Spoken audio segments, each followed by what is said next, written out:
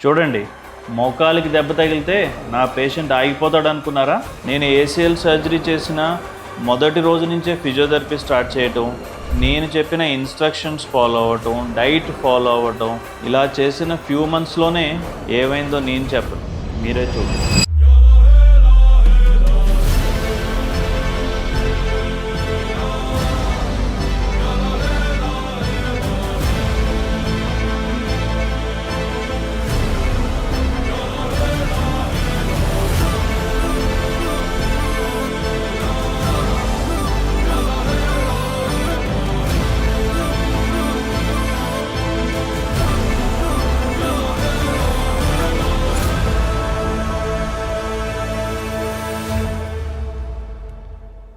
ఇవన్నీ చూసిన తర్వాత కూడా మోకాలు లిగమెంట్ తెగి ఏసీఎల్ సర్జరీ చేయించుకున్న తర్వాత కూడా ఈ యాక్టివిటీస్ అన్నీ చెయ్యలేరు అనుకుంటే ఈ వీడియో ఇంకొకసారి